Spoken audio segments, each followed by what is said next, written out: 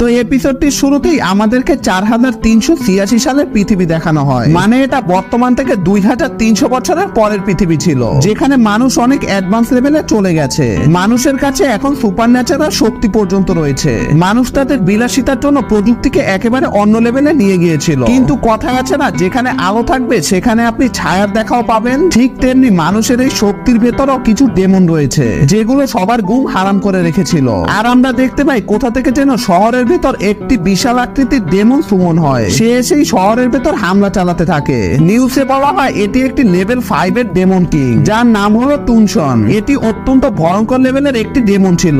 তখনই সেই ডেমনটিকে আটকানোর জন্য সেখানে কিছু হিরো চলে আসে, যারা একসাথে তাদের সুপার ন্যাচারাল পাওয়ার দিয়ে ডেমনটির উপর অ্যাটাক করে। কিন্তু এতে সেই ডেমনটির তো কিছু হয়ই না, বরং সে হিরোদের উপরই অ্যাটাক করে দেয়। এর ফলে সব হিরোরা ছড়িয়ে ছিটিয়ে পড়ে। তখনই একটি হিরো নিচে একটি বাচ্চাকে দেখতে পায়, যে দাঁড়িয়ে দাঁড়িয়ে চিপস খাচ্ছিল। হিরোটি বাচ্চাটিকে এখান থেকে সরে যাওয়ার জন্য বলে, কিন্তু বাচ্চাটি তার কথা কোনো পাত্তাই দেয় না। মানে সে এরকম পরিস্থিতিতে পুরো নির্ভয় ছিল, যেটা থেকে হিরোটি বাচ্চাটিকে তুলে নিয়ে একটি সুরক্ষিত জায়গায় রেখে তারপর সেই ডেমনটিকে মারতে চলে যায়। আর এরপরে সিন শিফট হয়ে আমাদেরকে 10 বছর পরের একটি স্কুল দেখানো হয়, যেখানে সেই হিরোটির মূর্তি ছিল। আর এখানে আমাদেরকে বলা হয় এই হিরোটি একাই সেই টুনশন ডেমনটিকে হারিয়ে এই পুরো শহরকে বাঁচিয়েছিল। এজন্য সব শিক্ষা প্রতিষ্ঠানে তার মূর্তি স্থাপন করা হয়, যাতে সবাই তাকে আইডল মানে। যাই হোক, এই স্কুলটি হলো সুপার ন্যাচারাল বাচ্চাদের জন্য, যাদের সবার ভেতরে কোনো না কোনো অ্যাবিলিটি রয়েছে। তখনই আমাদেরকে এই সিরিজটির প্রধান চরিত্র লিংকে দেখানো হয়। তারও আজ প্রথম দিন ছিল এই স্কুলে, কিন্তু তখনই কিছু সিনিয়র এসে লিংকে র্যাগিং করতে থাকে। তবে লিংক চুপচাপ তাদের কথা শুনছিল। আর এটা দেখে একজন সেই সিনিয়রদের উপর অ্যাটাক করে দেয়। যেই মেয়েটি তাদের উপর অ্যাটাকটি করেছে তাকে দেখে সেখানে থাকা সবাই অনেক অবাক হয়ে যায়, কারণ এই মেয়েটি অনেক ফেমাস একটি অ্যাসোসিয়েশনের মেম্বার ছিল। এনার নাম হলো সান রং। আমরা এনাকে এই সিরিজে সান বলেই ডাকবো। তো সানের ভয়ে সেই র্যাগিং করা ব্যক্তিগুলো পালিয়ে যায়। সান লিং এর দিকে হাত বাড়িয়ে বলে, আমি যেহেতু এই স্কুলেই পড়বো, তাই এখন থেকে আমি তোমাদের মতো দুর্বলদের সাহায্য করব। সানের মন মানসিকতা দেখে তো সেখানে থাকা সবাই অনেক ইমপ্রেসড হয়ে যায়। কিন্তু আমাদের লিং সানের হাতে 10 টাকা ধরিয়ে দিয়ে বলে, আমাকে সাহায্য করার জন্য ধন্যবাদ। মানে ভাই, সবার সামনে মেয়েটির প্রেস্টিজ পাংচার করে দিল। যাই হোক, এরপর সব স্টুডেন্টদেরকে একত্রিত করে বলা হয় এই স্কুলে অনেক র্যাঙ্কের ক্লাস রয়েছে, কে কোন র্যাঙ্কের ক্লাসে যাবে তার জন্য সবাইকে এখানে টেস্ট দিতে হবে। তখনই তাদের সামনে সেই হিরোটির এআই আসে, যে টুংশনকে হারিয়েছিল। বাই দ্য ওয়ে, এই হিরোটির নাম হলো জুহো। হিরোটি তাদের সবাইকে বলে, এখানে তোমাদের সবার ভেতরের স্পিরিচুয়াল পাওয়ারের টেস্ট নেওয়া হবে। এটা দিয়ে ডিসাইড করা হবে তোমরা কে কোন র্যাঙ্কের ক্লাসে যাবে। সব থেকে ভালো পারফরম্যান্সের গিফটেড ক্লাসে নেওয়া হবে। এরপর প্রথম স্টুডেন্টকে টেস্ট দেওয়ার জন্য ভেতরে ডাকা হয়, আর সে ভেতরেও চলে যায়। তবে তারা এখনো জানে না যে তাদেরকে কি টেস্ট দিতে হবে। তখনই লোকটির সামনে একটি ডেমনের এআই আসে, আর এটি সেই টুনশন ডেমন ছিল, যাকে 10 বছর আগে জুহো হারিয়েছিল। তারা কেউ বুঝতে পারছিল না যে এই ডেমনটি এখানে কি করছে।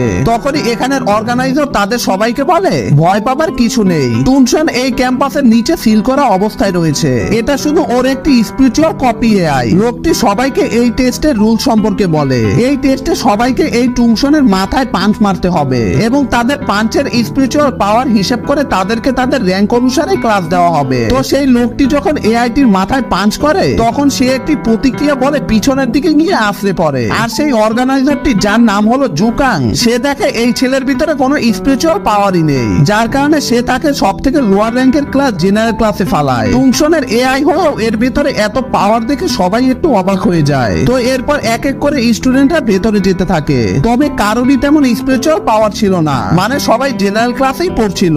যেটা দেখে জুকাং ভাবে এবছর হয়তো কোনো ভালো স্টুডেন্ট নেই। তো এরপর এন্ট্রি হয় একটি ছেলের, যার নাম হলো চ্যান। সে তার সব শক্তি দিয়ে এআইটিকে একটি পাঞ্চ করে, আর তার স্পিরিচুয়াল পাওয়ার হয় 938, এবং সে এই ব্যাচের প্রথম স্টুডেন্ট হিসেবে গিফটেড ক্লাসে জায়গা পায়। তো এরপর আস্তে আস্তে সবাই তাদের স্পিরিচুয়াল পাওয়ার দেখাতে থাকে, যেখানে চ্যানের বন্ধু জুহো এই গিফটেড ক্লাসে পড়ে। এদিকে টুংশন হাসতে হাসতে ভাবছিল, ওরা সত্যি অনেক বোকা, ওরা আমাকে যতই মারুক আমার তো কিছু হবেই না, বরং আমি ওদের স্পিরিচুয়াল পাওয়ার চুষে নিতে পারছি। এই 10 বছর যাবত যত স্টুডেন্ট আমাকে পাঞ্চ মেরেছে, আমি তাদের সবার থেকে তাদের স্পিরিচুয়াল পাওয়ারের কপি নিয়ে জমা করেছি। এখন আর আমার সামান্য কিছু পাওয়ারের প্রয়োজন, তাহলে আমি এই ফিল ভেঙে ফেলতে পারবো। তো এদিকে নেক্সট পার্টিসিপেন্ট হিসেবে সানকে ডাকা হয়, যেখানে সান এমন একটি পাঞ্চ মারে যেটার শক্তিতে টুংশনের এআই রোবটটি পিছনে সরে যায়, যেটা দেখে তো সবাই পুরো অবাক হয়ে যায়। সানের স্পিরিচুয়াল পাওয়ার হয় 2019, যেটা এবছরের সর্বোচ্চ স্কোর ছিল।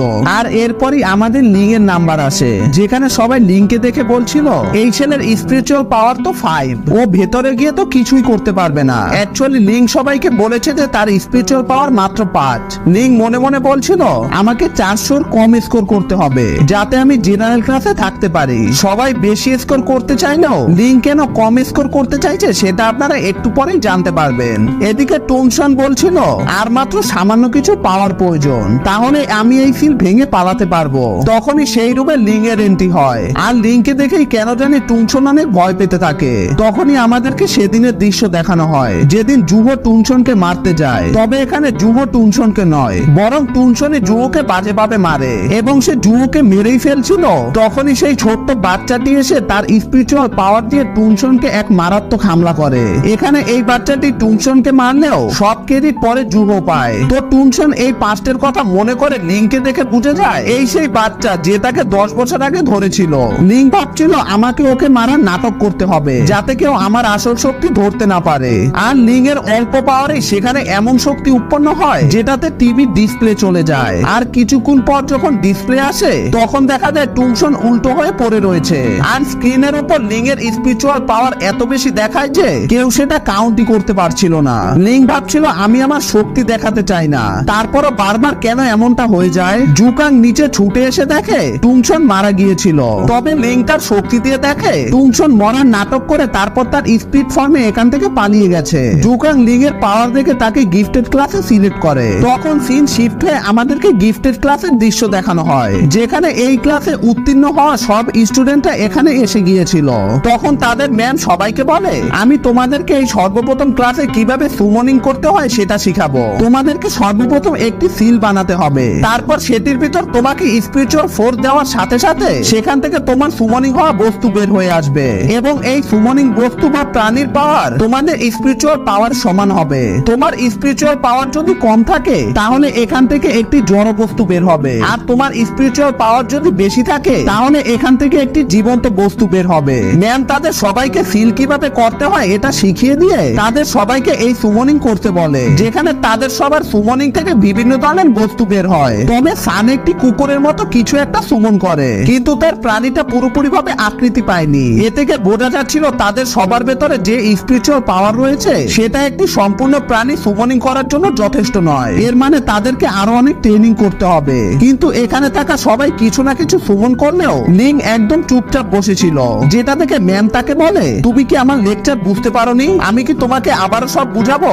এটা শুনে লিং ভাবে আমাকে সুমনিং করার নাটক করতে হবে যাতে সবাই বুঝে যায় যে আমি চেষ্টা করছি কিন্তু আমাকে দিয়ে হচ্ছে না। তবে সে এখানে নাটক করতে গেল সেখানে একটি বিশাল ধামাকা হয়, আর আমরা দেখতে পাই লিং টুনশনকে সুমন করে ফেলেছে, যেটা দেখে তো সেখানে থাকা সবাই অনেক ভয় পেয়ে যায়। টুনশন বলে আমি আবারও ওর সামনে কিভাবে চলে আসলাম। টুনশনকে দেখে ম্যাম তার স্পিরিচুয়াল পাওয়ার দিয়ে অ্যাটাক করে টুনশনকে ব্যাংক থেকে একটি কুকুর বানিয়ে ফেলে, আর লিং এসব দেখে ক্লাস থেকে বের হয়ে যায়। ম্যাম লিংকে দেখে বুঝে যায় এই ছেলের ভেতর কিছু তো একটা ব্যাপার রয়েছে, আর এরই সাথে এই সিরিজটির ফার্স্ট এপিসোড শেষ হয়ে যায়।